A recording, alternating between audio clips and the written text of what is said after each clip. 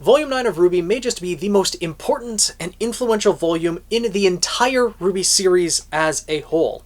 Except for maybe the final volume where everything's said and done. But the amount that this volume has introduced into the series cannot be understated.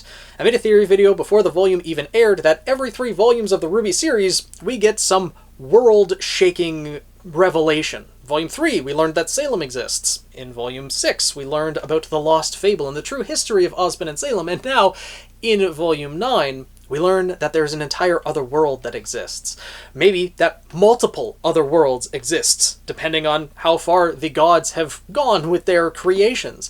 And, most importantly, the essentially origin of all life coming from the tree, it seems. So the scale of the world of RWBY is continuing to grow, but that's actually something I'm going to discuss in a different video. The importance of Volume 9 is most significant, in my opinion, for Ruby Rose herself.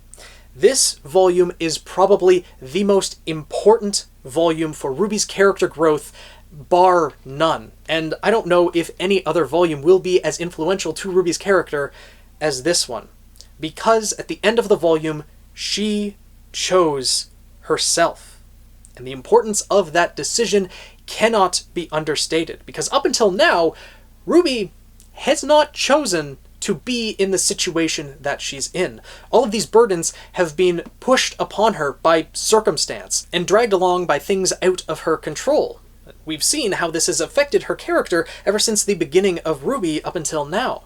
Back in the early volumes, volumes 1 to 3, Ruby was a very kind of happy-go-lucky person who always knew what she wanted to be. That was well established in volume 2, on that mission with the rest of Team RWBY and Dr. Oobleck, that Ruby always wanted to be the hero in the stories. That was always her goal, and she's been very happy following along on that. She always knew who she was. And really, that was one of the last choices that she herself made in the RWBY series. She chose to go to the Huntsman Academies to become a huntress, but she was also jumped ahead 2 years. She was only offered that opportunity because Ozpin noticed her silver eyes. Knowing that silver-eyed warriors have been very powerful warriors throughout history, Ozpin made that offer. Probably also realized that Ruby was, Summer Rose's daughter. It was because of her genetics that she was given that opportunity. She definitely has the skill to keep up with the rest of her classmates and chose to be there on her own, but by the end of Volume 3, that was really the last choice that she made. She saw that the school that she had come to love had fallen, and knew that Cinder was responsible. She attended the Vital Festival tournament as a student from Haven Academy, so she made the choice to travel to Mistral to find out what happened. And because of that choice, she got entangled in this grand fight that had been going on behind the scenes. Because of her relation to Crow Bronwyn, well, Crow was following them, and he introduced them to the truth of the world, that Salem exists, that the relics exist, all powerful objects left by the gods that are being sought after by the one who controls the Grimm, Salem. And now, because RWBY is traveling alongside Crow, when Ozpin reincarnated in Oscar and decided to seek out his former allies, he went to Crow first. And this further involved RWBY and the rest of her team in this grand scheme that was going forward. They ended up fighting against Salem's forces again at Haven Academy, realizing that Leonardo Lionheart was a traitor.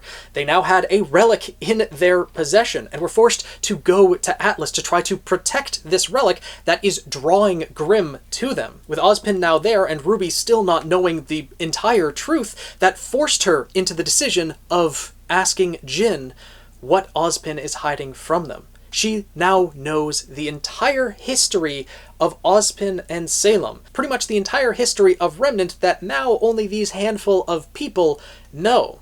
And everyone in that group is now following RWBY's lead. And as they go to Atlas, meet Ironwood, see the state of things in that kingdom, the decisions are still falling on RWBY. This is a position that RWBY had never chosen to be in. So by the time she gets to Volume 9, she is crumbling under the weight of these burdens. And this is why Volume 9 is so significant. We see how these burdens are wearing away at RWBY. And RWBY is ultimately given that choice at the end of Volume 9, where the blacksmith, the spirit of the tree, asks RWBY to make a choice. To pick one who can leave her burdens behind, or one that will be enough to bear them. Up until this point in time, RWBY had never chosen to be who she is, a silver-eyed warrior. She never chose that. She never chose to be what she is. And she wasn't really the one who decided to be where she is now, until this moment. At the beginning of this, she was given a flashback to that final night that she saw her mother, Summer Rose. She realized that Summer lied, that she didn't end up coming back, but she took off with Raven. Something that obviously is going to lead to confrontations in the future, and I will be making videos on that as well. But most importantly, the words that really rung true to RWBY was that Summer said to her, "I love you just the way you are." And because of those words, RWBY realized that she would be enough. And so she chose herself. For the first time since she left Beacon Academy, RWBY has chosen to be who she is, to be what she is, and to be where she is. She has now chosen to bear the burdens that are placed upon her. And so she now has the renewed confidence that she once had back in Volumes 1 to 3, where back in Volumes 1 to 3, she knew exactly where she was and what she wanted to be, but really didn't have the knowledge of everything going on behind the scenes or the actual truth of the world. Now she does, and has come to terms with it, and has decided that that is the path that she will follow. She has accepted who she is as a silver-eyed warrior, and what she is as a huntress, and what that truly means. And now she has made the choice to take that next step forward. But of course, she's not doing it alone. She has the rest of her team along with her. And when she gets to Vacuo, she'll find out that the rest of the world is standing alongside her as well.